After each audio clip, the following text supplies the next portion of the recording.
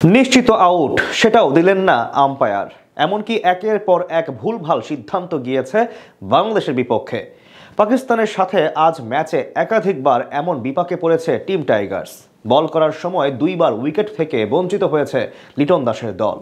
বাংলাদেশের বিপক্ষে আম্পায়ারের এমন একাধিক বিতর্কিত সিদ্ধান্ত নিয়ে বিস্তারিত জানবো রিপোর্টে।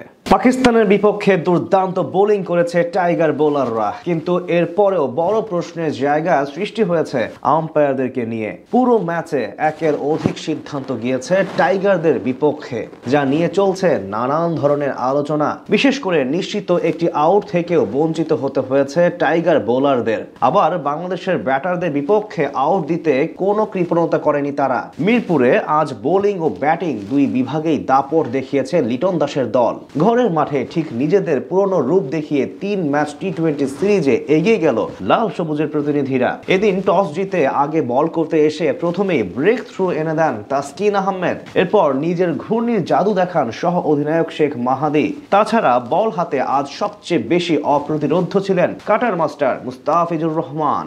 তার করা 4 ওভারে মাত্র 6 রান নিতে পেরেছে পাক ব্যাটাররা। তবে সব ছাপিয়ে এদিন ম্যাচ জয়ের পাশাপাশি আলোচনায় ছিল আম্পায়ারদের একের পর এক বিতর্কিত সিদ্ধান্ত, যেগুলোর মধ্যে প্রায় সবগুলি গিয়েছে টাইগারদের বিপক্ষে।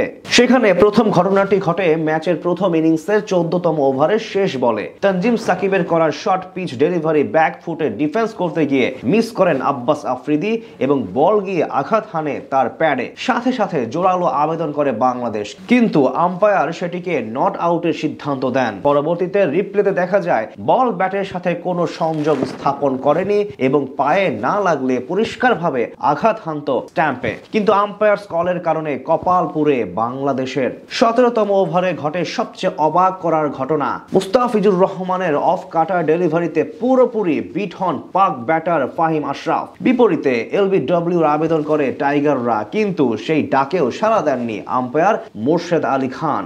এমনকি সেই যাত্রায় রিভিউ নেয়নি বাংলাদেশ। পরবর্তীতে রিপ্লেতে দেখা যায় বলের লাইন লেন্থ সবকিছুই ঠিক ছিল এবং সেটি নিশ্চিত আউট ছিল। অর্থাৎ টানা 2টি উইকেট থেকে বঞ্চিত হলো বাংলাদেশের বোলাররা। ঠিক বিপরীত চিত্র দেখা গেছে আবার বাংলাদেশের ব্যাটিং করার সময়ে। 15তম ওভারে আবরার আহমেদের ফ্লাইটেড ডেলিভারি অন সাইডে খেলতে গিয়ে পরাস্ত হন পারভেজ হোসেন ইমন। বিপরীতে পাকিস্তানের জোরালো আবেদনে সাড়া দিয়ে আঙ্গুল খাড়া করে আউটের সিদ্ধান্ত দেন আম্পায়ার, কিন্তু ইমন রিভিউ নিলে দেখা যায় বল স্ট্যাম্পের উপর দিয়ে চলে গেছে, অর্থাৎ আউট হননি এবং বেঁচে যান তিনি।